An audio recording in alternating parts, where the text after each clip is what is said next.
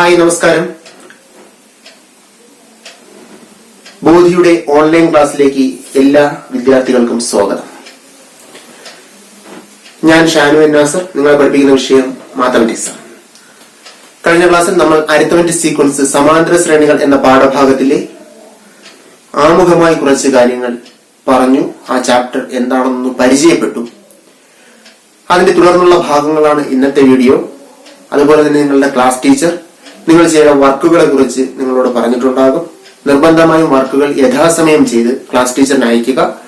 നിങ്ങൾക്ക് ഏതെങ്കിലും പാഠഭാഗം, കണക്കിനെ സംബന്ധിച്ച് ഏതെങ്കിലും പാഠഭാഗത്തിൽ എന്തെങ്കിലും സംശയങ്ങൾ ഉണ്ടെങ്കിൽ അത് യഥാസമയം തന്നെ നിങ്ങളുടെ ക്ലാസ് ടീച്ചറിനോട് പങ്കുവയ്ക്കുക.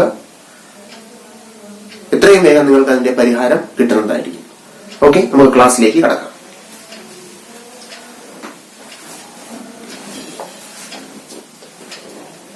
അപ്പോ നമ്മൾ പഠിച്ചു നിർത്തിയത്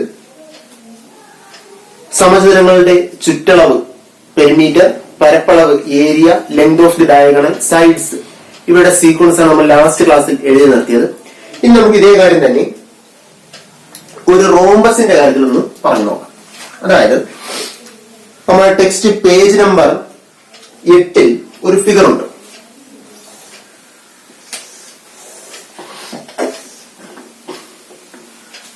ഒരു സ്ക്വയർ, അതിന്റെ ഓരോ സൈഡും ഓരോ മീറ്റർ വീതമാണ്. ഓക്കെ, അതിന്റെ വശങ്ങളുടെ മധ്യബിന്ദുക്കളെ യോജിപ്പിച്ച്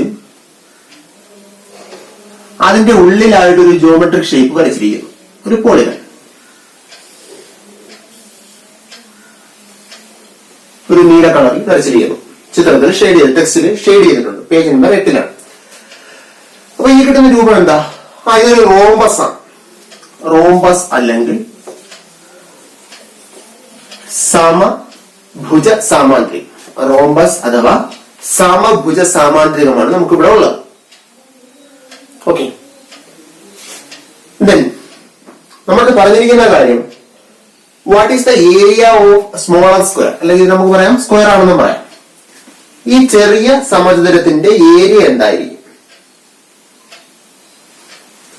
അപ്പൊ ഇത് 1 സെന്റിമീറ്റർ ആണ് എങ്കിൽ, വശം 1 സെന്റിമീറ്റർ ആണ്, സോറി 1 മീറ്റർ ആണ് എങ്കിൽ ഇത്രയും പോർഷൻ എന്ന് പറയുന്നത് 1/2 മീറ്റർ ആയിരിക്കും.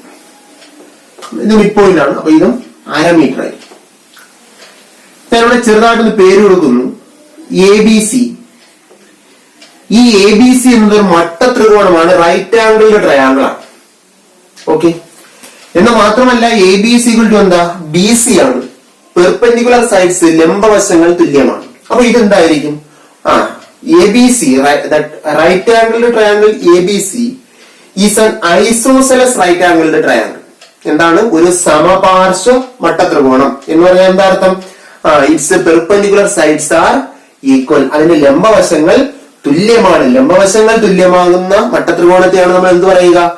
ഐസോസെലസ് റൈറ്റ് ആംഗിൾഡ് ട്രയാംഗിൾ അഥവാ സമപാർശ്വ മട്ടത്രികോണം എന്ന് പറയുക.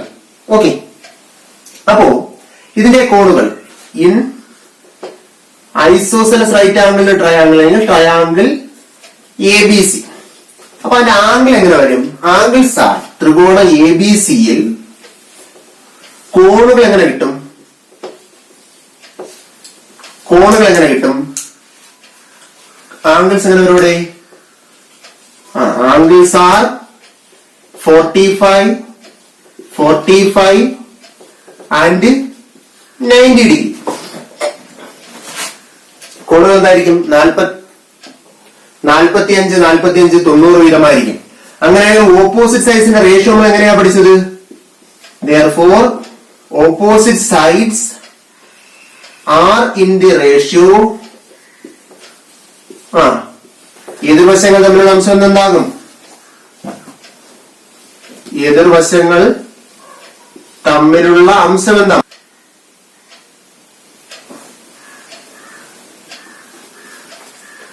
അംശം എന്തായിരിക്കും? 1:1:√2 ആയിരിക്കും. 1:1:√2 ആയിരിക്കും. എന്ന് പറഞ്ഞാൽ സിമ്പിൾ ആയിട്ട് ലെങ്ത് നമുക്ക് ഇങ്ങനെ എടുക്കാം, x√2 ഈ മോഡലിൽ വരും.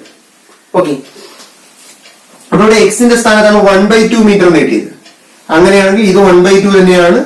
ഈ എ സി എന്ന് പറയുന്നത് നമുക്ക് എന്ത് കിട്ടും? എക്സ് റൂട്ട് 2 എന്ന് പറഞ്ഞാൽ 1/2 റൂട്ട് 2 എന്ന് കിട്ടും. മനസ്സിലായ? അതായത് വൺ സൈഡ്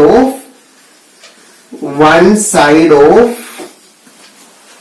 ബ്ലൂ സ്ക്വയർ അല്ലെങ്കിൽ എന്ത് പറയാം, റോംബസ് സമഭുജ സാമാന്തരിക അല്ലെങ്കിൽ സമഭുജ സാമാന്തരികത്തിന്റെ ഒരു വശം എത്രയാണ് കിട്ടി? 1/2 റൂട്ട് 2. ഇതിനെങ്ങനെ എഴുതാം? ഈസ് ഈക്വൽ ടു റൂട്ട് 2/2 എന്ന് എഴുതാം. ഇനി ഇതിന്റെ ഏരിയ പറഞ്ഞാൽ എന്താ? ഈ സംഖ്യയുടെ സ്ക്വയർ ആണ്. അപ്പൊ ഏരിയ എന്ത് വരും? Area is equal to root 2/2 whole square is equal to എന്താ? റൂട്ട് 2 ന്റെ സ്ക്വയർ എന്താണ്? 2/4. എന്നോട് സിംപ്ലിഫൈ ചെയ്ത ആൻസർ എന്ത് വരും? 1/2 എന്ന് കിട്ടും. അപ്പോ ഈ വലിയ ചെറിയ ബ്ലൂ ഷെയ്ഡിലുള്ള റോംബസ് അല്ലെങ്കിൽ ഒരു സ്ക്വയറും തന്നെയാണ്. അതിന്റെ ഏരിയ എന്ന് പറയുന്നത് എത്ര കിട്ടി? 1/2 മീറ്റർ സ്ക്വയർ എന്ന് കിട്ടി. ഇതാണെങ്കിൽ അത്രയും മീറ്റർ ആണ് അതിന്റെ ഒരു വശം. ഓക്കെ, നമ്മൾ ഒരു വശം കണ്ടുപിടിച്ചു, അതിന്റെ ഏരിയയും കണ്ടുപിടിച്ചു. ക്ലിയർ ആയല്ലോ?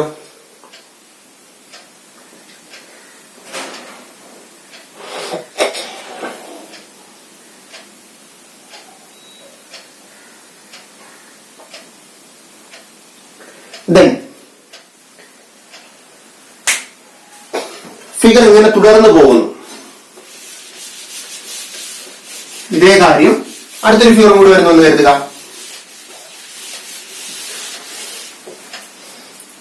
അപ്പൊ ഇവിടെ രണ്ട് കാര്യങ്ങൾ നമ്മൾ ഓർക്കുക.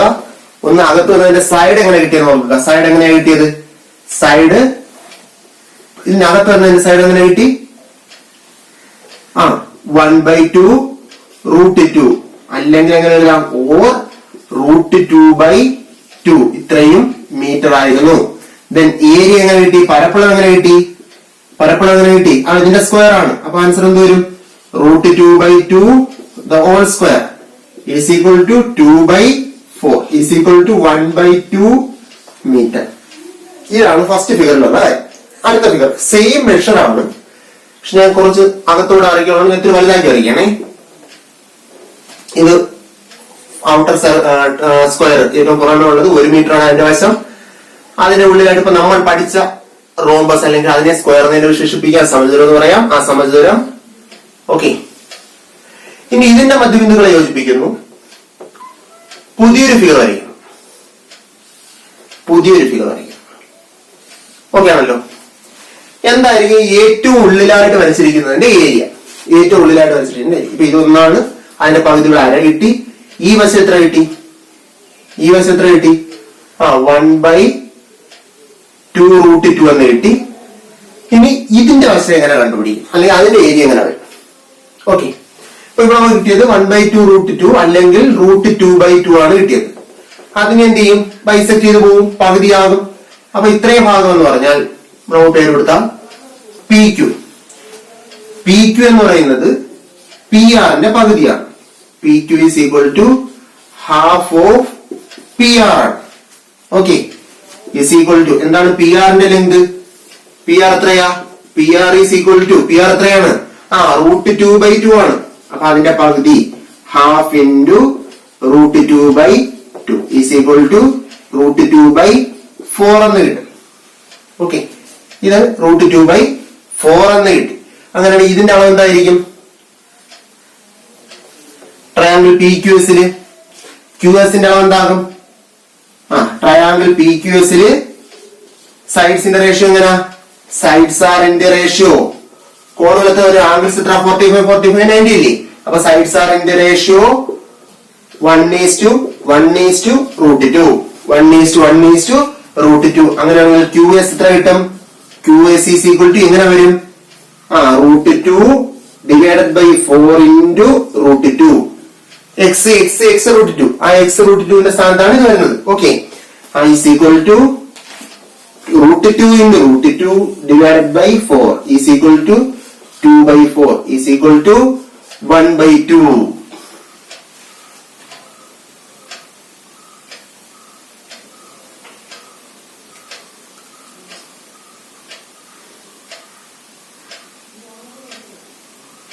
അപ്പൊ ഇതിന്റെ സൈഡ് 1/2 എന്ന് കിട്ടും. ഇത്രയും ലെങ്ത് എന്ന് പറയുന്നത് 1/2 ആണ്. അങ്ങനെയാണെങ്കിൽ അതിന്റെ ഏരിയ എന്ത് വരും? ഇതിനകത്തിന്റെ ഏരിയ എന്ത് വരും? ഏരിയ എന്ത് വരും? 1/2 the whole square is equal to 1/4 എന്ന് കിട്ടും. ഓക്കെ, ഇതാണ് രണ്ടാമത്തെ ഫിഗർ വരുന്നത്. ക്ലിയർ ആയല്ല? ഇങ്ങനെ പടം തുടർന്നു പോകുന്നു. അപ്പം നമുക്ക് വേണ്ടത് ഏരിയയുടെ സീക്വൻസ് എങ്ങനെ പോകും? ഏറ്റവും പുറമുള്ള ഏരിയ, സീക്വൻസ് ഓഫ് ഏരിയ, ഏരിയയുടെ പരപ്പളവിന്റെ ശ്രേണി, ഏരിയയുടെ സീക്വൻസ്. ഏറ്റവും വലുതിന്റെ ഏരിയ എത്രയായിരുന്നു? 1 മീറ്റർ. അതിനകത്ത് വെച്ചപ്പോ എത്ര കിട്ടി? ഏരിയ എത്ര കിട്ടി? 1/2 മീറ്റർ. അതിനകത്ത് വെച്ചപ്പോ ഏരിയ എത്ര കിട്ടി? 1/4 മീറ്റർ. എന്ന് പറഞ്ഞാൽ എന്താ അർത്ഥം? ഓരോ ഫിഗർ നമ്മൾ ഉള്ളിലേക്ക് വരയ്ക്കും തോറും, ഓരോ പടം നമ്മൾ അകത്തേക്ക് വരയ്ക്കും തോറും ഏരിയ എന്താകുന്നു? പകുതിയാകുന്നു. ഇനി അടുത്തതായി ഇതിനകത്ത് ഇങ്ങനെ ഒരു ഫിഗർ വരച്ചു കഴിഞ്ഞാൽ ഇങ്ങനെ ഒരെണ്ണം വരയ്ക്കുന്നു. അപ്പൊ അതിന്റെ ഏരിയ എന്താകും? ഈ 1/4ന്റെ പകുതി. അപ്പൊ അടുത്തത് എന്ത് കിട്ടും? 1/8. 1/8. അപ്പൊ ഈ ഫ്രാക്ഷന്റെ പകുതി എന്ന് പറഞ്ഞാൽ അറിയാമല്ലേ? ഫ്രാക്ഷന്റെ പകുതി, ഫ്രാക്ഷന്റെ ഇരട്ടി. ഫ്രാക്ഷന്റെ പകുതി എന്ന് പറഞ്ഞാൽ എന്താ അർത്ഥം? ഡിനോമിനേറ്റർ ഇരട്ടിയാവും. ഫ്രാക്ഷന്റെ പകുതി എന്ന് പറഞ്ഞാൽ, ഭിന്നസംഖ്യയുടെ പകുതി എന്ന് പറഞ്ഞാൽ ചേയുടെ ഇരട്ടിക്കും. ഓക്കെ, ഭിന്നസംഖ്യയുടെ ഇരട്ടി എന്ന് പറഞ്ഞാൽ അംശ ഇരട്ടി. ഭിന്നസംഖ്യയുടെ ഇരട്ടി എന്ന് പറഞ്ഞാൽ അംശ ഇരട്ടിക്കും, ഭിന്നസംഖ്യയുടെ പകുതി എന്ന് പറഞ്ഞാൽ ഛേദ ഇരട്ടിക്കും. അതായത് നമ്മൾ ചെയ്യുന്നത്രേ ഉള്ളൂ, ഒരു ഭിന്നസംഖ്യയുടെ പകുതി കണ്ടുപിടിക്കാൻ. ഇപ്പൊ x/y പകുതി കണ്ടുപിടിക്കാൻ നമ്മൾ എന്ത് ചെയ്യും? 1/2 കൊണ്ട് മൾട്ടിപ്ലൈ ചെയ്യും, അല്ലെങ്കിൽ 2 കൊണ്ട് ഡിവൈഡ് ചെയ്യും, അല്ലെങ്കിൽ 1/2 കൊണ്ട് മൾട്ടിപ്ലൈ ചെയ്യും. അപ്പം ഛേദമാണ് അവിടെ ഇരട്ടിക്കുക, ഡിനോമിനേറ്റർ ഡബിൾ ആകും. ഓക്കെ, ഇരട്ടി കാണാൻ പറഞ്ഞാൽ ഇതിന്റെ ഇരട്ടി കാണുക എന്ന് പറഞ്ഞാൽ x/y × 2. അപ്പം 2x അംശ ഇരട്ടിക്കും. ഈ ഒരു കാര്യം ഓർമ്മിച്ചുകൊള്ളുക. ഭിന്നസംഖ്യയുടെ പകുതി എന്ന് പറഞ്ഞാൽ ഛേദ ഇരട്ടിക്കും, ഭിന്നസംഖ്യയുടെ ഇരട്ടി എന്ന് പറഞ്ഞാൽ ആര് ഇരട്ടിക്കും? അംശം, ന്യൂമറേറ്റർ ഡബിൾ ആകും. ഓക്കെ, അപ്പൊ ഇതാണ് അതിന്റെ പാർട്ട്.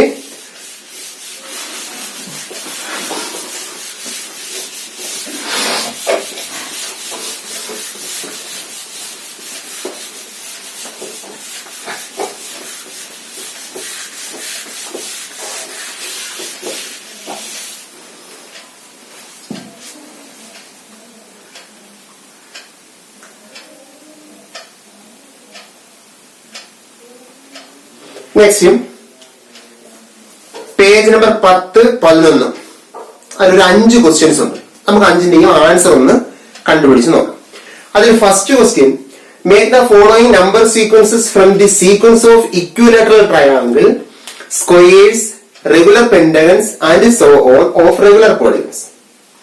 നമുക്ക് കുറച്ച് നമ്പർ സീക്വൻസ് തയ്യാറാക്കണം, സംഖ്യാശ്രേണി തയ്യാറാക്കണം. ഏതിനെ അടിസ്ഥാനപ്പെടുത്തിയ?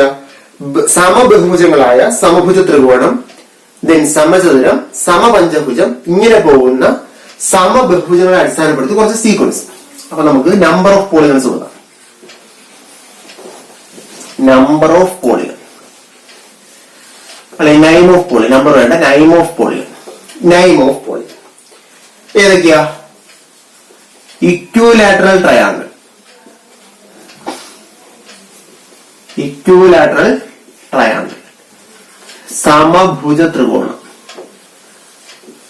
സമഭുജ ത്രികോണം, then square. Name of regular ആണേ, സ്ക്വയർ, സമചതുരം, then regular pentagon, regular pentagon, സമപഞ്ചഭുജം, സമപഞ്ചഭുജം. അടുത്ത റെഗുലർ ഹെക്സഗൺ, റെഗുലർ ഹെക്സഗൺ, സമഷഡ്ഭുജം. ഞാനിപ്പോ 6 ചെയ്യുന്നു. നിങ്ങൾ എല്ലാവരും ചെയ്യുമ്പോൾ റെഗുലർ ഡെക്കഗൺ വരെ, ദശഭുജം വരെയുള്ള, സമദശഭുജം വരെയുള്ളത് ബാക്കി ചെയ്തു പോകണം. ഓക്കെ, അപ്പോ ഫസ്റ്റ് നമ്മൾ പറഞ്ഞിരിക്കുന്നത് നമ്പർ ഓഫ് സൈഡ്സ് ആണ്. നമ്പർ ഓഫ് സൈഡ്സ്, വശങ്ങളുടെ എണ്ണം, വശങ്ങളുടെ എണ്ണം.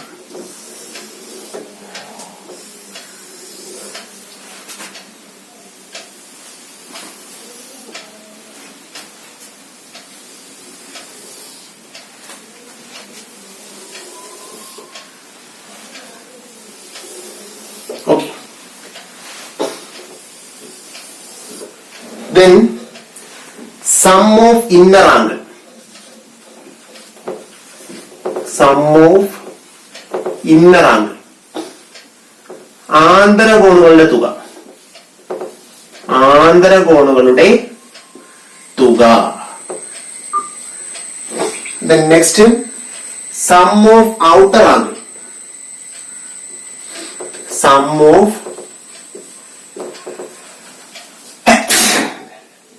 outer angle. ബാഹ്യകോണുകളുടെ തുക. ബാഹ്യകോണുകളുടെ തുക.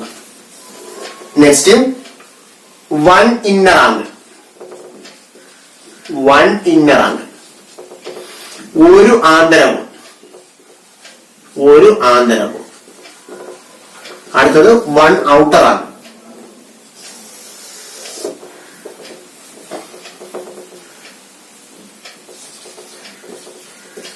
One outer angle. ഒരു ബാഹ്യകോൺ. ഒരു ബാഹ്യകോൺ. ഓക്കെ, ഇത്രയും കാര്യങ്ങളാണ് നമുക്ക് കണ്ടുപിടിക്കേണ്ടത്. ഇക്വിലാറ്ററൽ ട്രയാങ്കിൾ, സമഭുജ ത്രികോണത്തിന് എത്ര വശമുണ്ട്? എത്ര വശമുണ്ട്? 3 വശമുണ്ട്. ത്രികോണത്തിന് 3 വശം. സമഭുജ ത്രികോണത്തിന് എത്ര വശം തന്നെ? 3 വശം തന്നെയാണ്.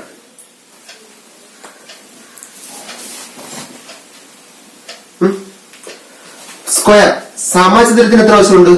4. സമപഞ്ചഭുജത്തിന് 5 വശം. സമഷഡ്ഭുജത്തിന് 6 വശം. ഇങ്ങനെ പോകും.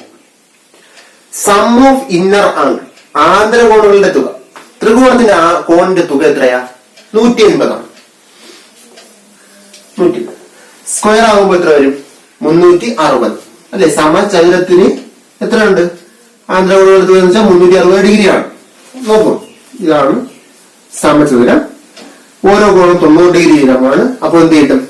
360 കിട്ടും. അല്ലെങ്കിൽ നമ്മൾ പഠിച്ചിട്ടുണ്ട്, വശങ്ങളുടെ എണ്ണം n ആണ് എങ്കിൽ ആന്തരകോണുകളുടെ തുക എന്ന് പറഞ്ഞാൽ n-2 × 180. അപ്പൊ ഇവിടെ n ന്റെ സ്ഥാനത്ത് 3 ആണ്. 3 - 1 3 - 2 × 180 1 × 180 180 കിട്ടും. 4 - 2 × 180 2 × 180 360 കിട്ടും. 5 - 2 × 180 3 × 180 540 കിട്ടും.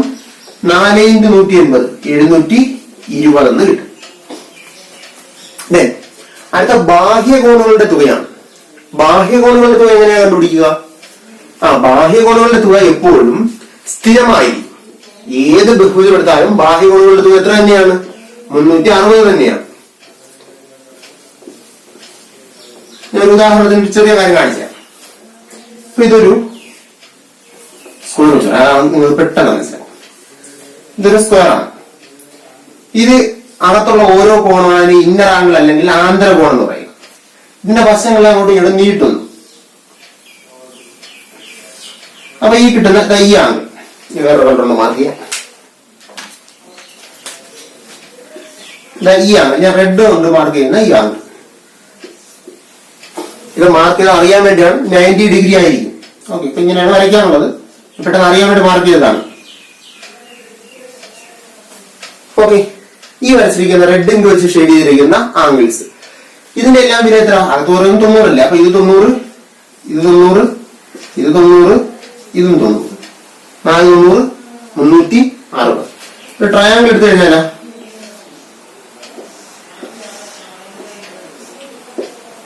സിമ്പിൾ ആയിട്ട് ഇത് 60, ഇത് 70, ഇത് 50 ആണെന്ന് കരുതുക. ഇത് 50 ആണെങ്കിൽ ഇത് എത്ര വരും? 130. കാരണം രേഖീയ ജോഡി, ലീനിയർ. ഇത് 60 ആണെങ്കിൽ ഇത് 120, ഇത് 70 ആണെങ്കിൽ ഇത് 110. 110ഉം 130 എത്ര വരും? 240. 240ഉം 120 എത്ര? 360. അപ്പം ഏത് ബഹുഭുജം എടുത്താലും, ഇത് ജനറലൈസ് ചെയ്ത് പറയാം. അപ്പൊ നമുക്ക് അതിന്റെ ആവശ്യം ഞാൻ ജസ്റ്റ് ഒന്ന് പറഞ്ഞു തന്നേ ഉള്ളൂ, നിങ്ങൾ പഠിച്ച കാര്യങ്ങളാണ്. ഏത് ബഹുഭുജം എടുത്താലും അതിന്റെ ആന്തരകോണുകളുടെ തുക n-2 × 180 എന്ന് കിട്ടും. ദെൻ ബാഹ്യകോണുകളുടെ തുകയാണെങ്കിൽ എല്ലാത്തിനും എന്ത് തന്നെയായിരിക്കും? 360 ഡിഗ്രി തന്നെ ആയിരിക്കും. ഇനി ഒരു ആന്തരകോണിന്റെ അളവ്, ഒരു ആന്തരകോണിന്റെ അളവ് എങ്ങനെയാണ് കണ്ടുപിടിക്കുക? 180/3. ആന്തരകോണിന്റെ തുക എന്ത് ചെയ്താൽ മതി? വശങ്ങളുടെ എണ്ണത്തിന് തുല്യമായിരിക്കും കോണുകളുടെ എണ്ണം. വശങ്ങളുടെ എണ്ണത്തിന് തുല്യമാണ് എന്ത്?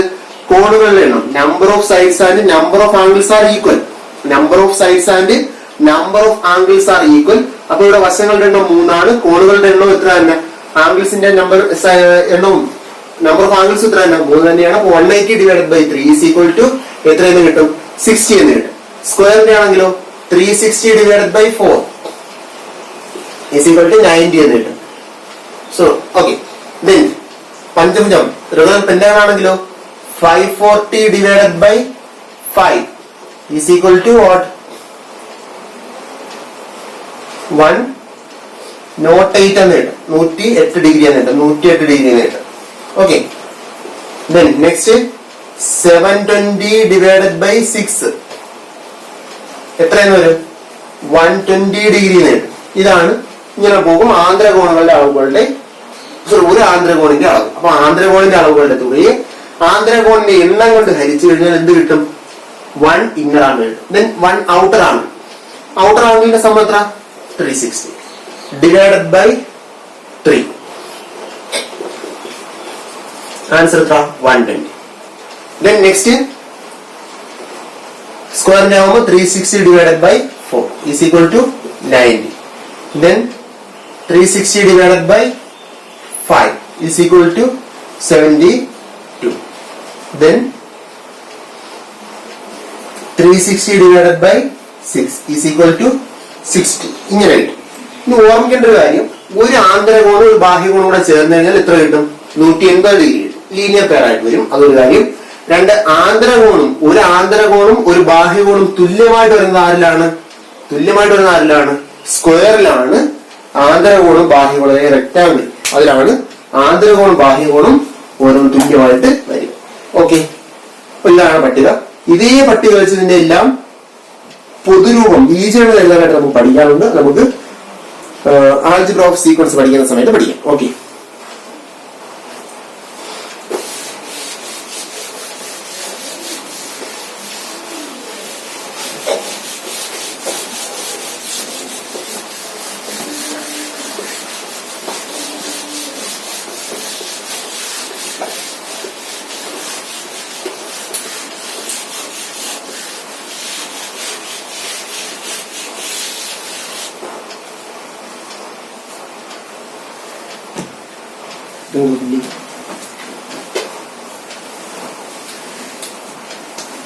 Next question. Look at these triangles made with dots. പൊട്ടുകൾ അടുക്കിയുണ്ടാക്കിയ ഈ ത്രികോണങ്ങൾ നോക്കുക. How many dots are there in each? ഓരോന്നിലും എത്ര പൊട്ടുകളാണ് ഉള്ളത്? അപ്പൊ ആദ്യത്തില് 3 പൊട്ടാണ്. അടുത്തതിന്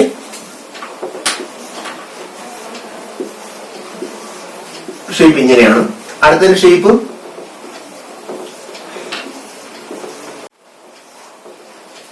ഇങ്ങനെയാണ്. ഓക്കെ.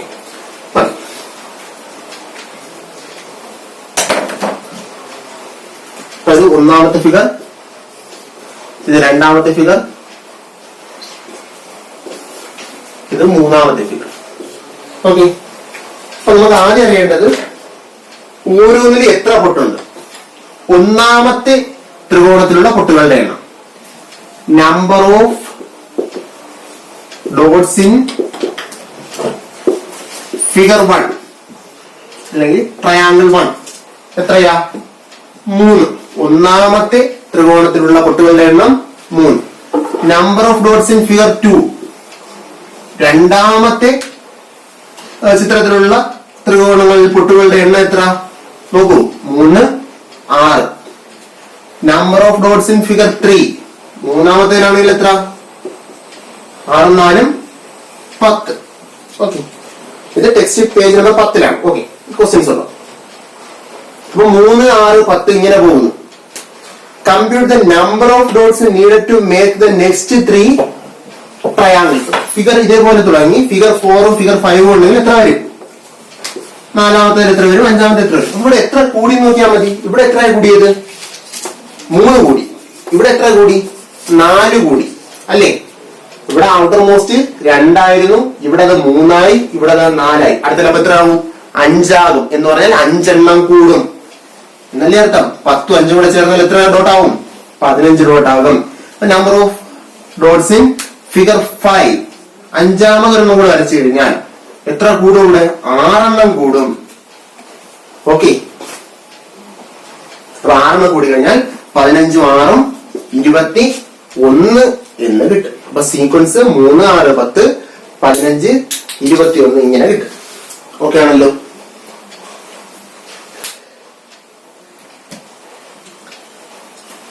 Then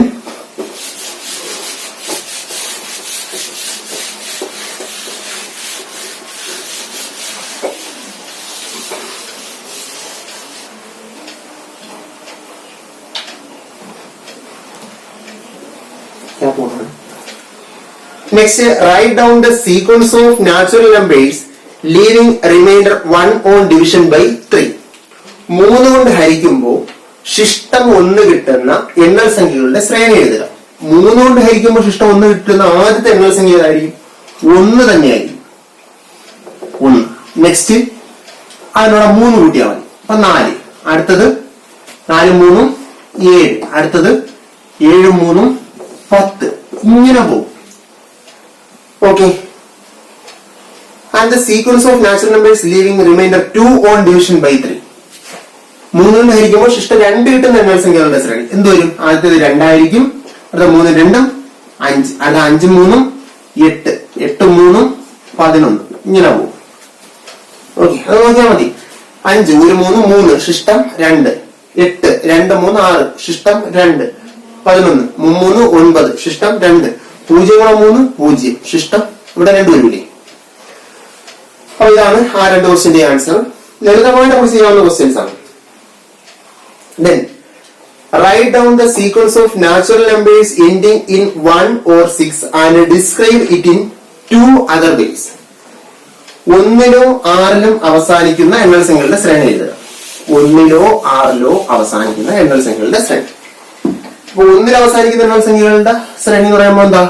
1, then 11 21 31 ഇങ്ങനെ പോകും. 6 അവസാനിക്കുന്ന എണ്ണൽ സംഖ്യകളുടെ ശ്രേണിയാണെങ്കിലോ 6 16 26 36 ഇങ്ങനെ പോകും. ഇടവിട്ട് എഴുതി കഴിഞ്ഞാൽ 1 6 11 16 21 26 31 36 ഇങ്ങനെ പോകും. ഓക്കെ, ഞാൻ ഓർഡറിൽ എഴുതി. ആരോടെ ക്രമത്തിലായി. എന്താ ഈ ശ്രേണിയുടെ പ്രത്യേകത? 10 കൊണ്ട് ഹരിക്കുമ്പോൾ ശിഷ്ടം 1 വരുന്ന ശ്രേണി. സിമ്പിൾ ആയിട്ട് പറയാം. 10 കൊണ്ട് ഹരിക്കുമ്പോൾ ശിഷ്ടം 1 വരുന്ന ശ്രേണി അല്ലേ? അല്ലെങ്കിൽ പറയാം 5 കൊണ്ട് ഹരിച്ചാലും ശിഷ്ടം എന്തായിരിക്കും? 1 ആയിരിക്കും. ഈ ശ്രേണി 2 രീതി പറയാം. 10 കൊണ്ട് ഹരിക്കുമ്പോൾ ശിഷ്ടം 1 വരും. 5 കൊണ്ട് ഹരിച്ചാലും ശിഷ്ടം എത്ര വരും? 1 വരും. ഇതാണെങ്കില 5 കൊണ്ട് ഹരിക്കുമ്പോൾ ശിഷ്ടം എത്ര ആയിരിക്കും? 1 ആയിരിക്കും. 6 ഒരു 5 5 ശിഷ്ടം 1 അല്ലേ?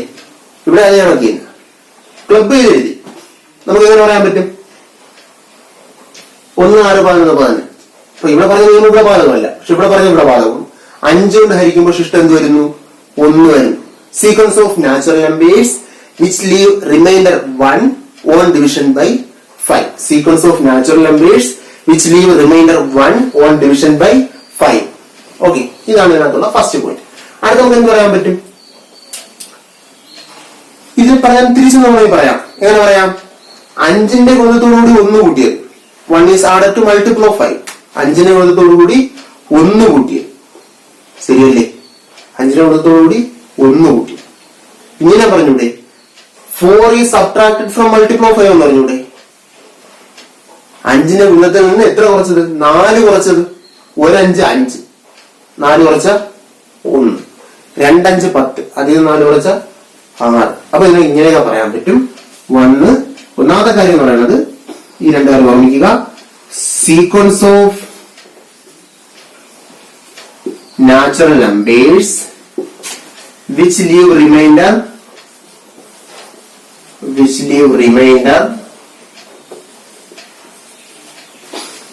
1 on division by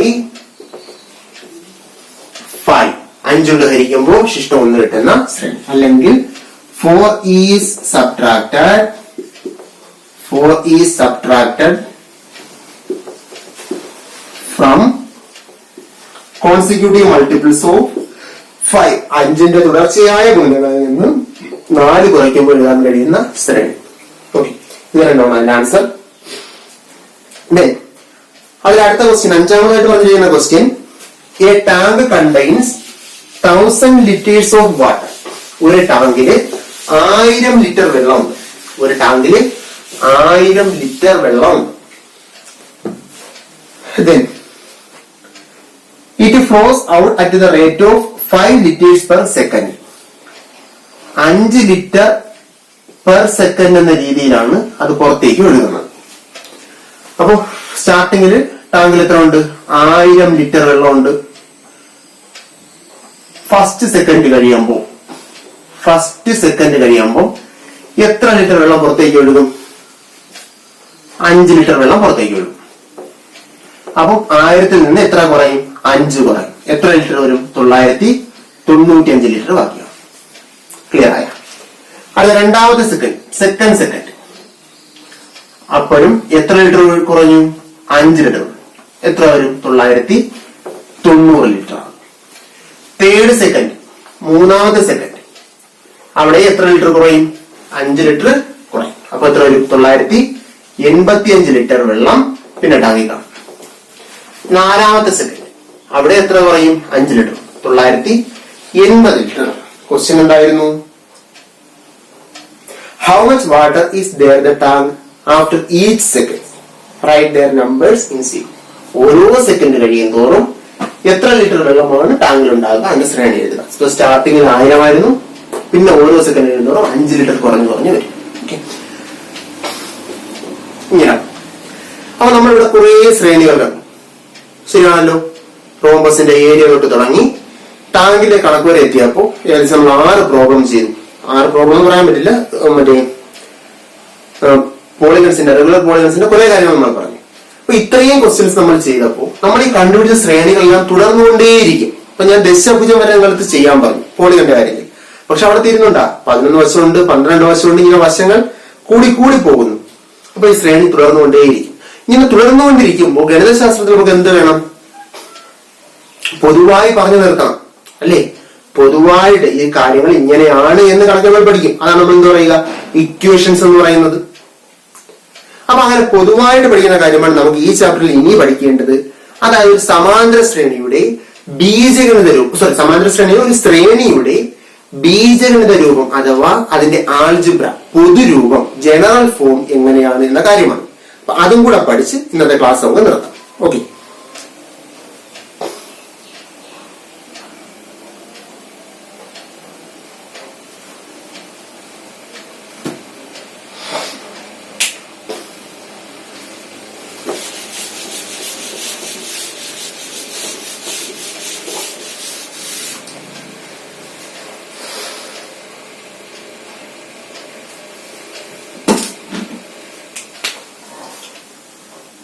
algebra of sequences.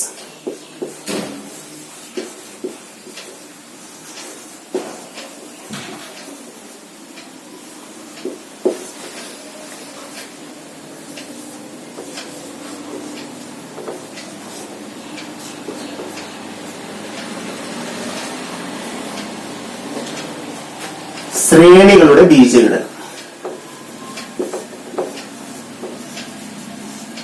ശ്രേണികളുടെ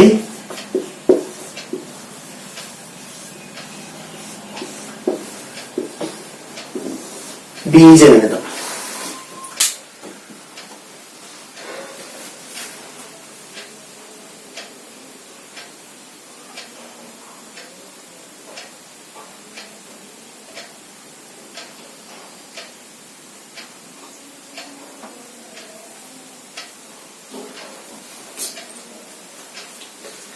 okay,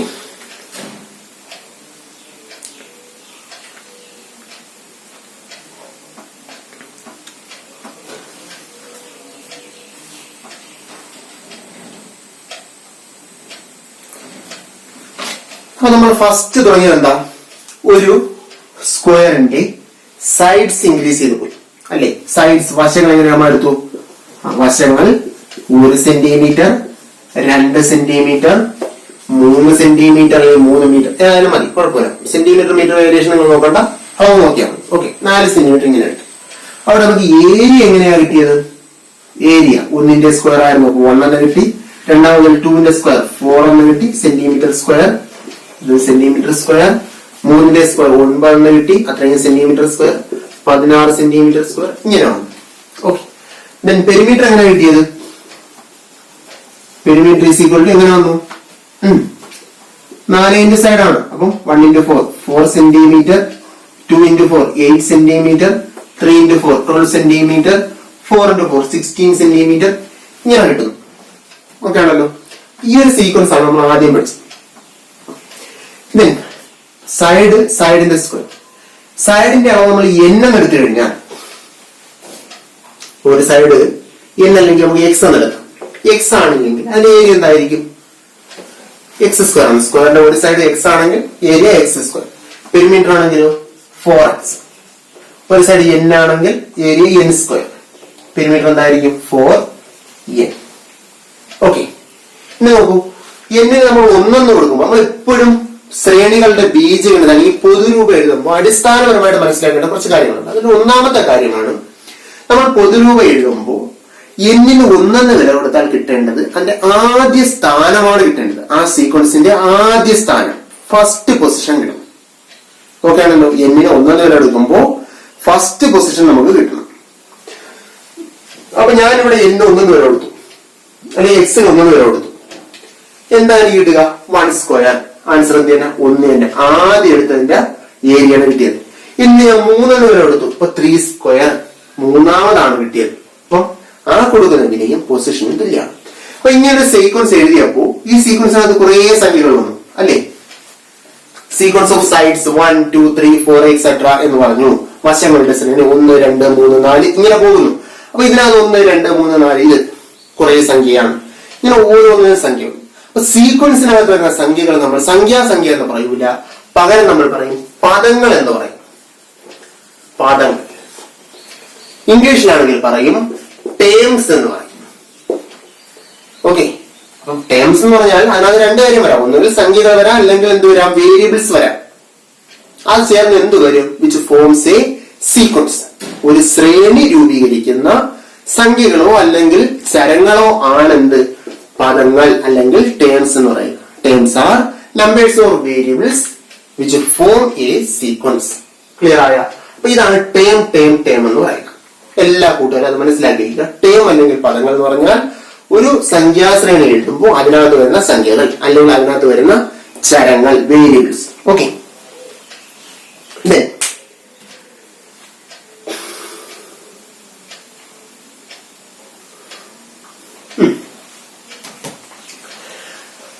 ഒരു കാര്യങ്ങൾ പറയാനുള്ളത്, നമ്മളിവിടെ n എന്നെടുത്തു. സൈഡിന്റെ അളവ് എക്സാമ്പിളോടെ n എന്നെടുത്തു എന്ന് പറയാൻ നമ്മൾ പറയും എന്ത് പൊസിഷനിലുള്ള ഒരു സ്ക്വയർ, എന്ത് പൊസിഷനിലുള്ള സ്ക്വയർ, അതിന്റെ ഏരിയ എന്താ? n square. അതിന്റെ പെരിമീറ്റർ എന്താ? 4n. മനസ്സിലായോ? ഈ എഴുതുന്നതിനെയാണ് നമ്മൾ എന്ത് പറയുക? ആൽജിബ്ര ഓഫ് സീക്വൻസ് അല്ലെങ്കിൽ ശ്രേണികളുടെ ബീജഗണിതം എന്ന് പറയുന്നത്. ആൽജിബ്ര ഓഫ് സീക്വൻസ് അല്ലെങ്കിൽ ശ്രേണികളുടെ ബീജഗണിത രൂപം എന്ന് പറയുന്നത്. അത് എപ്പോഴും ഒരു ബീജഗണിത രൂപത്തിൽ എന്തുണ്ടായിരിക്കും? ഒരു ചരം ഉണ്ടായിരിക്കും. ചരം ഇല്ല എങ്കിൽ അതിന്റെ പൊതുവായ ഒരു സ്ഥിരസംഖ്യയായിരിക്കും. ചരം ഇല്ലാതെ പൊതുരൂപം വന്നു കഴിഞ്ഞാൽ എന്തായാലും ഒരു സ്ഥിരസംഖ്യയായിരിക്കും. ഒരിക്കലും അവരുടെ കൂടെ ചരം വരില്ല. ബാഹ്യ കോണുകളുടെ തുക ഇവിടെ പോയി സം ഓഫ് ഔട്ടർ ആംഗിൾ എവിടെ പോയാലും 360 ആണ്. ഏത് ബഹുഭുജം എടുത്താലും ബാഹ്യ കോണുകളുടെ തുക എത്ര? 360 ആണ്. അപ്പൊ അവിടെ സ്ഥിരസംഖ്യയാണ്, 360 മാത്രമേ വരൂ. ബാക്കി എല്ലാത്തിനും എന്ത് കാണും? ബാക്കി എല്ലാത്തിനും എന്ത് കാണും? ഒരു ചരം അല്ലെങ്കിൽ വേരിയബിൾ ഉണ്ടായിരിക്കും. ഓക്കെ,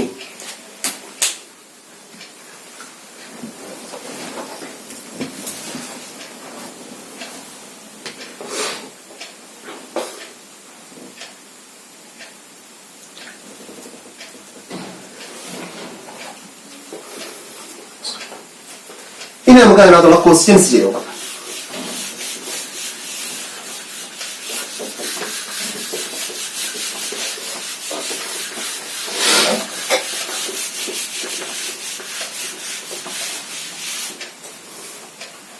പിന്നെ കൂട്ടുകാരോട് എനിക്ക് പറയാനുള്ളത്, നിർബന്ധമായി നിങ്ങൾ കണക്കിന്റെ ടെക്സ്റ്റും കൂടി വായിക്കുക. സാധാരണ സാറന്മാർ കണക്ക് ടെക്സ്റ്റ് വായിക്കാൻ പറയാനില്ലെന്ന് എനിക്കറിയില്ല. പക്ഷെ നിർബന്ധമായും നമ്മളുടെ ഒരു ശൈലിയാണ് ടെക്സ്റ്റ് നിങ്ങൾ നിർബന്ധമായും വായിക്കണം. കാരണം ടെക്സ്റ്റിൽ നിങ്ങൾക്ക് കണക്കിന്റെ ഭാഷ, കണക്ക് എങ്ങനെയാണ് നിങ്ങൾ ചെയ്യേണ്ടത് എന്നാണ് ആദ്യം പഠിക്കേണ്ടത്. ഒരിക്കലും ഒരു ക്വസ്റ്റ്യൻ എഴുതിച്ചത് ചെയ്യുക എന്നതിലല്ല കണക്കിന് കാര്യം, കണക്ക് എങ്ങനെ ചെയ്യണം അത് ആദ്യം പഠിക്കും. അപ്പൊ നമ്മൾ പറയുന്നത് സ്റ്റെപ്പാണ്. ഞാൻ പറയാറുണ്ട് നേരിട്ട് ക്ലാസ് എടുക്കുമ്പോഴായാലും ഇപ്പം വീഡിയോയിലും പറയാവുന്ന കാര്യമാണ്. എന്റെ ചാനൽ തന്നെ, അല്ലെങ്കിൽ ബോധിര ചാനൽ തന്നെ നോക്കിയാൽ മതി, മനസ്സിലാകും. നിങ്ങൾക്ക് ഒരു ക്വസ്റ്റ്യൻ കിട്ടിയ എന്താണ് നിങ്ങൾ അതിൽ മനസ്സിലാക്കേണ്ടത്, അതറിഞ്ഞാൽ മാത്രമേ നമുക്ക് പരീക്ഷയ്ക്ക് സ്കോർ ചെയ്ത് മാർക്ക് ഉറപ്പിക്കാൻ പറ്റും. അതല്ലാതെ ക്വസ്റ്റ്യൻസ് ഒരിക്കലും കാണാതെ പഠിച്ച് കണക്കിന് മാർക്ക് വാങ്ങാൻ കഴിയില്ല. അപ്പൊ ആ കാര്യം എല്ലാ കൂട്ടുകാരും ഗൗരവമായിട്ട് എടുക്കുക. ഓക്കെ, നമുക്ക് അതിന്റെ ഫസ്റ്റ് ക്വസ്റ്റ്യനിലേക്ക് പോകാം. Write the algebraic expression of each of the sequences below. അതിൽ first question, sequence of odd number. Odd number ഏതാ? 1, 3, 5, 7 ഇങ്ങനെ പോകും അല്ലേ? ഇതിന്റെ ബീജഗണിത രൂപമാണ് നമുക്ക് ആവശ്യം. എങ്ങനെയാ ഇതിന്റെ ബീജഗണിത രൂപം കാണുക? നമുക്ക് ഒരു പിടുത്തമില്ല. വല്ല പിടുത്തമുണ്ടാ? ഇല്ല.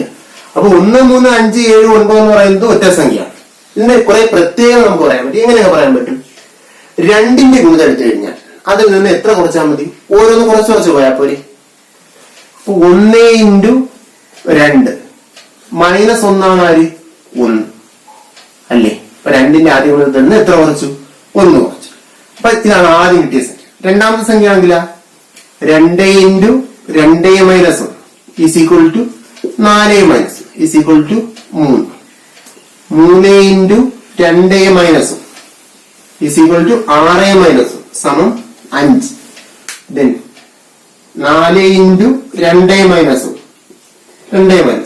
Is equal to 8 - is equal to 7. ഇങ്ങനെ കിട്ടി.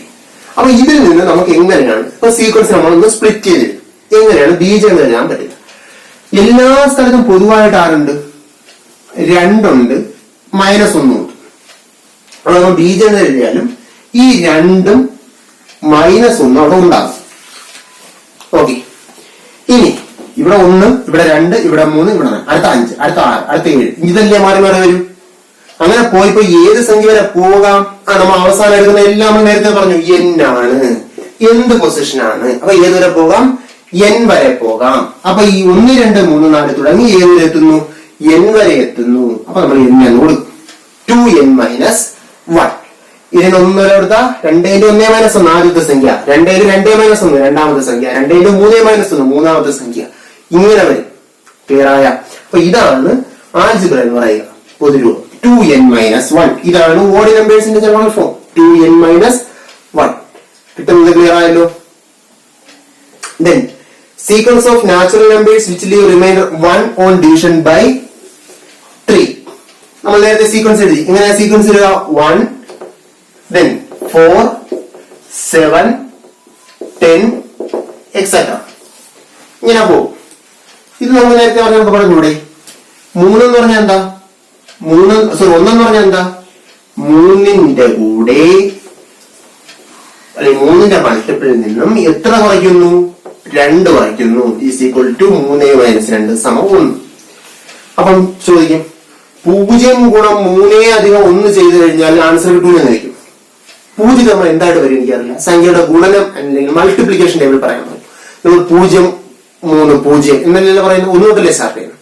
അതുകൊണ്ടാണ് അതിന്റെ ഫോമിലേക്ക് എടുക്കുക. ഇപ്പോൾ സ്റ്റാർട്ടിംഗ് വിത്ത് 1. ഓക്കെ, അത് മനസ്സിൽ സൂക്ഷിക്കുക.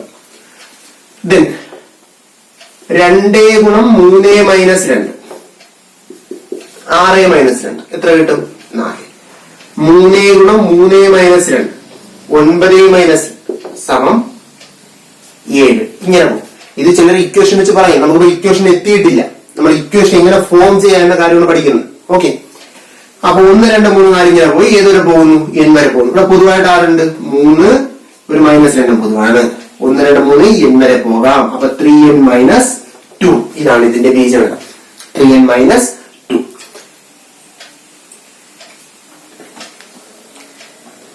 Then sequence of natural numbers ending in 1. Sequence of natural numbers ending in 1. 1ൽ അവസാനിക്കുന്ന എണ്ണൽ സംഖ്യകളുടെ ശ്രേണി. 1ൽ അവസാനിക്കുന്ന എണ്ണൽ സംഖ്യകളുടെ ശ്രേണി എന്ന് പറഞ്ഞേ 1, നെക്സ്റ്റ് എത്രയാ? 11, 21, 31 ഇങ്ങനെ പോകും അല്ലേ? ഇവിടെ നമുക്ക് എഴുതാമല്ലോ. 1 പറഞ്ഞത് 20 31. എത്ര കുറയ്ക്കണമെന്ന് നോക്കിയാ പോരെ. 1 ഗുണം 10 10 വരൂ. അതിന് എത്ര കുറയ്ക്കുക? -9 സമം 1. 2 ഗുണം 10 -9 നോക്കണം. കുറയ്ക്കണ സംഖ്യ എപ്പോഴും സ്ഥിരമായിരിക്കണം, ഇല്ലെങ്കിൽ തെറ്റിപ്പോ. എത്ര കിട്ടും? 20 - 9 11 കിട്ടുമല്ലേ. അതാണ് നമുക്ക് രണ്ടാം പദം. 3 ഗുണം 10 - 9 30 - 9 സമയം എത്ര? 21. ഇപ്പൊ ശരിയായി. കോമൺ ആയിട്ട് ആരൊക്കെ ഉണ്ട്? 10 ഉണ്ട്, -9 ഉണ്ട്. 10ന്റെ കൂടെ ആര് വന്നാൽ മതി? 10n - 9. 10n - 9. ഇനി 1 കൊടുത്ത ആദ്യ പദം, ഇനി 2 കൊടുത്ത രണ്ടാം പദം. ഒരിക്കലും എന്ത് ചെയ്യല്? 0 × 10 - 1 ഈ രൂപത്തിലേക്ക് ഒന്നും എഴുതല്ലേ. കാരണം 0 നമ്മൾ എന്തിനാ എടുക്കാറില്ല? ഗുണന പൊസിഷൻ പറയുമ്പോൾ 0 സ്ഥാനത്ത് വരുന്ന സംഖ്യ എന്ന് പറയാറില്ല. അതുകൊണ്ടാണ് ഈ രൂപത്തിൽ നമ്മൾ കണക്ക് എഴുതാത്തത്. ഇത് മനസ്സിൽ വേണം. ഇത് എഴുതി പോകല്ലേ, തെറ്റിപ്പോകും.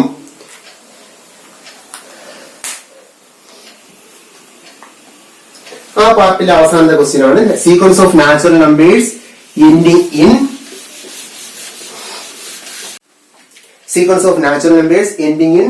1 or 6. അപ്പൊ എങ്ങനെ വരും? നമ്മൾ നേരത്തെ ചെയ്തതാണ്. 1 നെക്സ്റ്റ് എത്ര? 6 11 16 21 ഇങ്ങനെ പോകും. അപ്പൊ ഇവിടെ എന്താ? ഈ പറഞ്ഞതുപോലെ തന്നെ മൾട്ടിപ്പിൾ, 5ന്റെ മൾട്ടിപ്പിൾ നിന്ന് എത്ര കുറച്ചത്? 4 കുറച്ചത്. അപ്പൊ 1 × 5 - 4 is equal to 5 - 4 is equal to 1. Then 2 × 5 - 4 10 - 4 is equal to 6. 3 × 5 - 4 15 - 4 is equal to 15 - 4 is equal to 11. ഇങ്ങനെ കിട്ടും. അപ്പൊ ആദ്യത്തെ എന്ന് പറയുമ്പോൾ നോക്കൂ, ഇതിനകത്ത് പൊതുവായിട്ട് ആരൊക്കെ ഉണ്ട്? 5 - 4 1 2 3 ഏതുവരെ പോകാം? എണ്ണൽ സംഖ്യ ഏതുവരെ പോകാം? n വരെ എടുക്കാം. അപ്പൊ 5n - 4. ഓക്കെ. അപ്പൊ ഇതാണ് അതിന്റെ ഫസ്റ്റ് പാർട്ടിലെ ക്വസ്റ്റ്യൻ. ദെൻ രണ്ടാമത് പറഞ്ഞിരിക്കുന്നത് നമ്മൾ നേരത്തെ പഠിച്ച പോളിഗണിന്റെ ആൽജിബ്ര ആണ് പറയുന്നത്. അപ്പൊ ജസ്റ്റ് നമുക്കൊന്ന് ചെയ്തു നോക്കാം.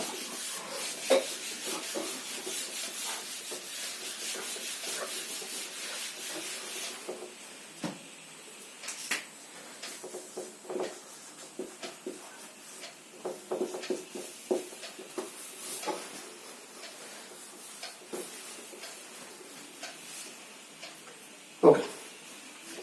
അപ്പൊ അതില് name number of sides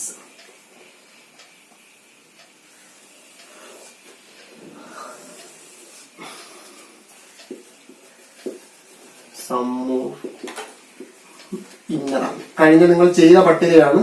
അത് പട്ടിക നോക്കി എഴുതുക. സം ഓഫ് ഔട്ടർ ആണ്.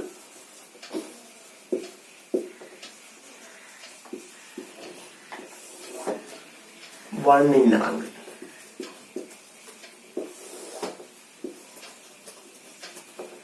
One outer angle.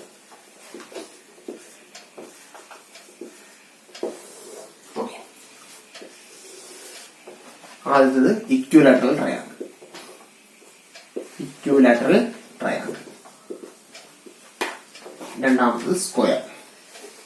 മലയാളം അറിയാലോ. ആദ്യത്തെ സമഭുജ ത്രികോണം, രണ്ടാമത്തത് സമചതുരം, റെഗുലർ പെന്റഗൺ, സമ പഞ്ചഭുജം, റെഗുലർ ഹെക്സഗൺ, സമ ഷഡ്ഭുജം.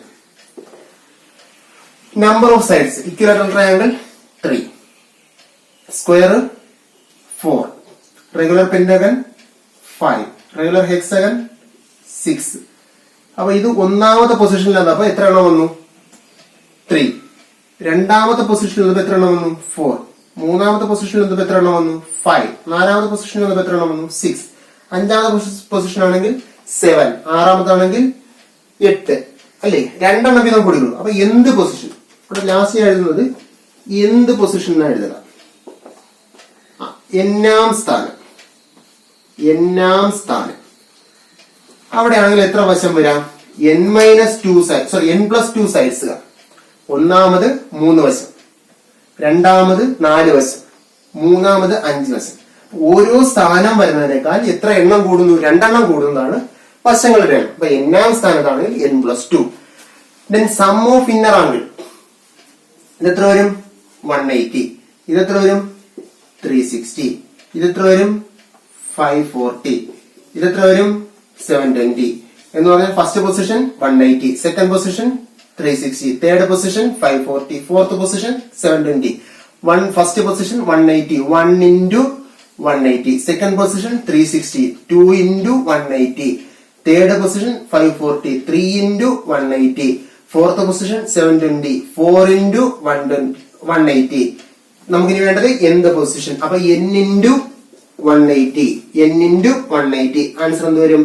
180 n എന്ന് കിട്ടും. Then sum of outer angle. Sum of outer angle. ഫസ്റ്റിന്റെ outer angle എത്ര തന്നെ? 360. രണ്ടാമത്തിന്റെ outer angle എത്ര? 360. മൂന്നാമത്തിന്റെ outer angle 360. അടുത്തതിന്റെ outer angle എത്ര തന്നെ? 360. എന്ത് പൊസിഷൻ വന്നാലും outer angle എത്ര തന്നെ? 360. Then one inner angle. One inner angle എങ്ങനെയാണ് കണ്ടുപിടിക്കുക? One inner angle എങ്ങനെയാണ് കണ്ടുപിടിക്കുക? Sum of inner angle divided by number of sides അല്ലെങ്കിൽ number of angles. Number of sides എന്നോ നമ്പർ ഓഫ് ആംഗിൾസ് എന്നോ എടുക്കാം, രണ്ടും ഈക്വൽ ആണ്. അപ്പോ sum of inner angle 180 divided by 3 is equal to 60. 360 divided by 4 is equal to 90. 540 divided by 5 is equal to 108. 720 divided by 6 is equal to 120. ഇങ്ങനെ വരും. എന്ത് പൊസിഷനിലാകുമ്പോൾ some എന്ന് പറഞ്ഞാൽ 180 n ആണ് divided by number of sides അല്ലെങ്കിൽ number of angles എന്ന് പറഞ്ഞാൽ n-2 ആണ്, സോറി n+2 ആണ്. അപ്പൊ ഫസ്റ്റ് പൊസിഷൻ ഒന്നും കൊടുത്തു നോക്കിയേ. ഇവിടെ ഒന്നും കൊടുത്താൽ 180 n എന്ന് പറയുന്നത് 180 ആകും. n+2 എന്ന് പറയുന്നത് 1+2 3 എന്ന് കിട്ടും. കിട്ടിയില്ലേ? ഇവിടെ 2 കൊടുത്തു കഴിഞ്ഞാൽ 2+2 4 കിട്ടിയില്ലേ?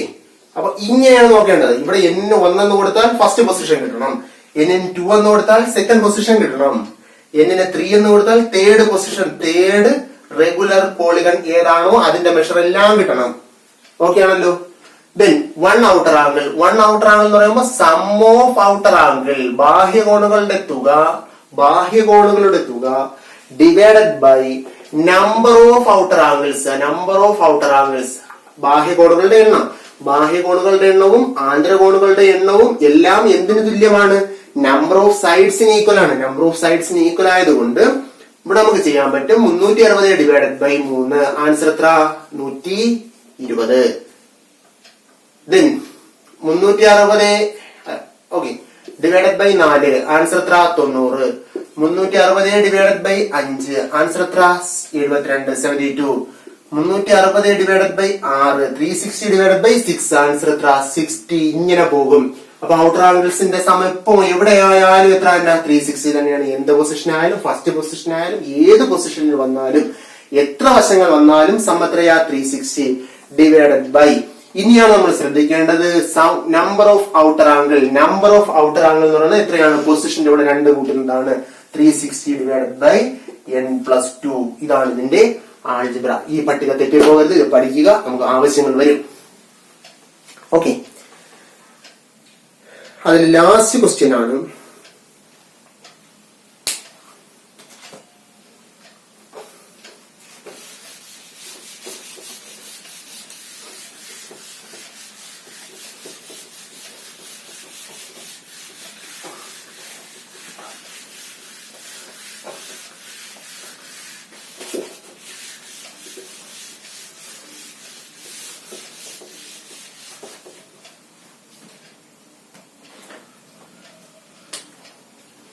Look at these pictures. നമുക്ക് ഫസ്റ്റ് ഒരു ട്രയാങ്കിൾ ഉണ്ട്. ആ ട്രയാങ്കിളിന്റെ മിഡ് പോയിന്റ് നമ്മൾ സൈഡ്സിന്റെ മിഡ് പോയിന്റ് നമ്മൾ മാർക്ക് ചെയ്യുന്നു. എന്നിട്ട്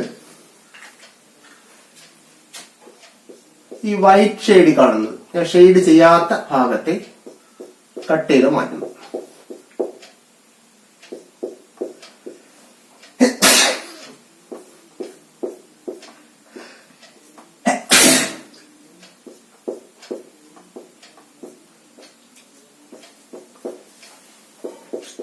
ഓക്കെ, ഇതാണ് ഫിഗർ. ക്വസ്റ്റ്യൻ ഇതാണ്. First figure okay. അടുത്ത നമുക്ക് വരച്ചിട്ടാകുമ്പോൾ പറയാൻ പറ്റുക. അടുത്തതും സെയിം ട്രയാങ്കിൾ. ഞാൻ ഇത്തിരി വരയ്ക്കുമ്പോൾ അളവ് കൂടി പോകണമെന്ന് ഒന്ന് ശ്രദ്ധിക്കണം. എല്ലാം ഒരേ അളവാണെന്ന് മനസ്സിലാക്കുക.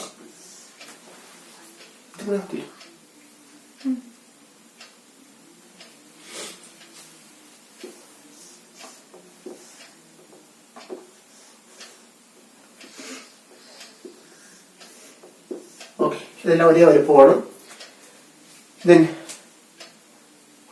ഇത് കട്ട് ചെയ്ത് മാറ്റിയ ട്രയാങ്കിൾ ആണ്, അല്ലെങ്കിൽ എൻഡോ മാർക്കാം. ഇത് കട്ട് ചെയ്തത്, ഇത് കട്ട് ചെയ്തത്, ഇത് കട്ട് ചെയ്തത്, ഇത്രയും കട്ട് ചെയ്ത് മാറ്റിയതാണ്. അടുത്തൊരു ഫിഗർ ഉണ്ട്. ടെക്സ്റ്റ് പേജ് നമ്പർ 15 ആണ്. Text page number 15. ഓക്കെ, ഒന്ന് കാണിച്ചു തരാം. കണ്ടല്ലോ, ഫിഗർ കണ്ടല്ലോ.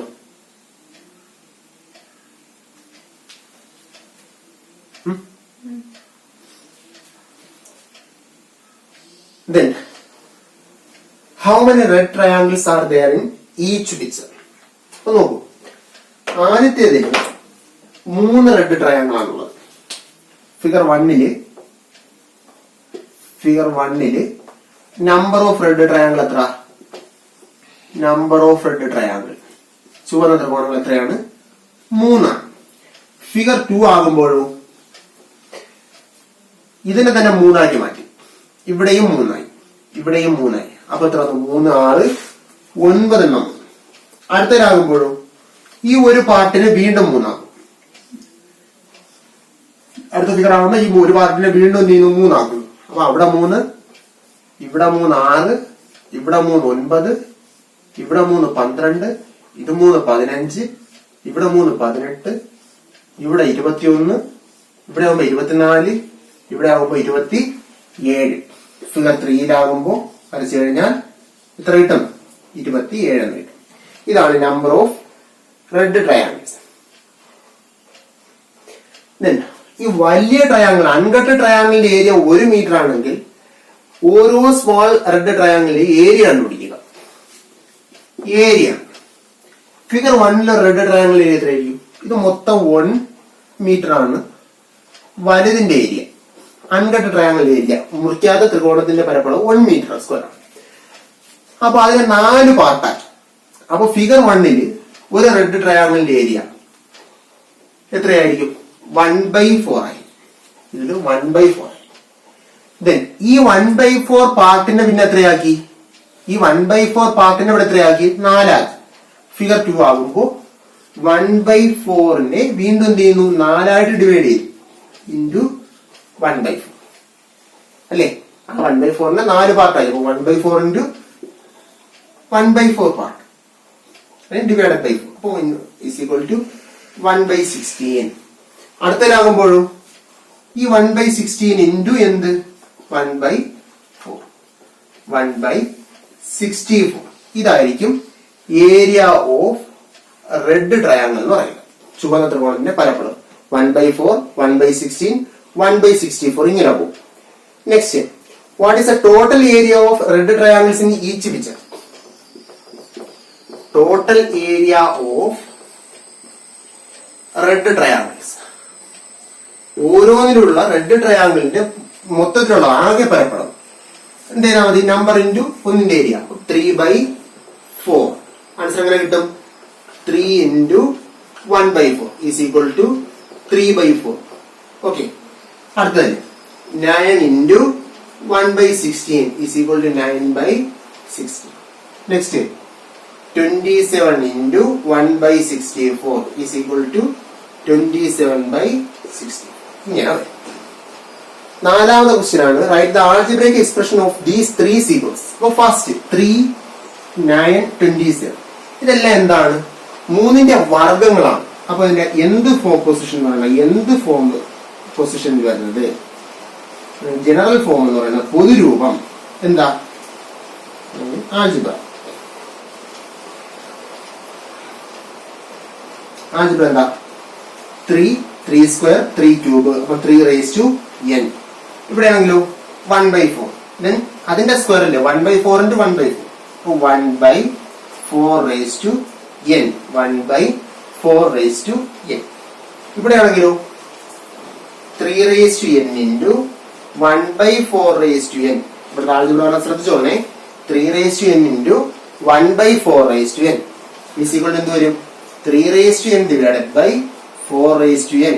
രണ്ട് സ്ഥലത്തും എക്സ്പോണന്റ് കൃത്യ തുല്യമായതുകൊണ്ട് 3/4 the whole raised to n എന്ന് കിട്ടും. ഇതാണ് ഇതിന്റെ ആൾജിബ്ര. ഓക്കെ, സിമ്പിൾ ആണ്. ഇന്നേ നിങ്ങൾ ചെയ്ത് നോക്കുക. ലളിതമായി മാർക്ക് മേടിക്കാൻ പറ്റുന്ന കാര്യങ്ങളാണ്. ഓക്കെ, അപ്പൊ ഇന്നത്തെ ക്ലാസ് ഇത്ര മതി. അടുത്ത ക്ലാസ് നമ്മൾ അടുത്ത വീഡിയോയിൽ കാണുന്നത് ഈ ചാപ്റ്ററിന്റെ ഏറ്റവും പ്രധാനപ്പെട്ട കാര്യങ്ങളായ അരിത്തമെറ്റിക് സീക്വൻസിനെ കുറിച്ച് പഠിച്ചായിരിക്കും. അപ്പൊ എന്താണ് സമാന്തര ശ്രേണി, അതിന്റെ ക്വസ്റ്റ്യൻസ് എല്ലാം നമുക്ക് അടുത്ത ക്ലാസ്സിൽ സോൾവ് ചെയ്യാം. ഓക്കെ, അപ്പോൾ എല്ലാവരും വർക്കുകൾ കൃത്യമായി ചെയ്യുക. അത് ക്ലാസ് ടീച്ചേഴ്സിന് അയച്ചു കൊടുക്കുക. See you all in the next class.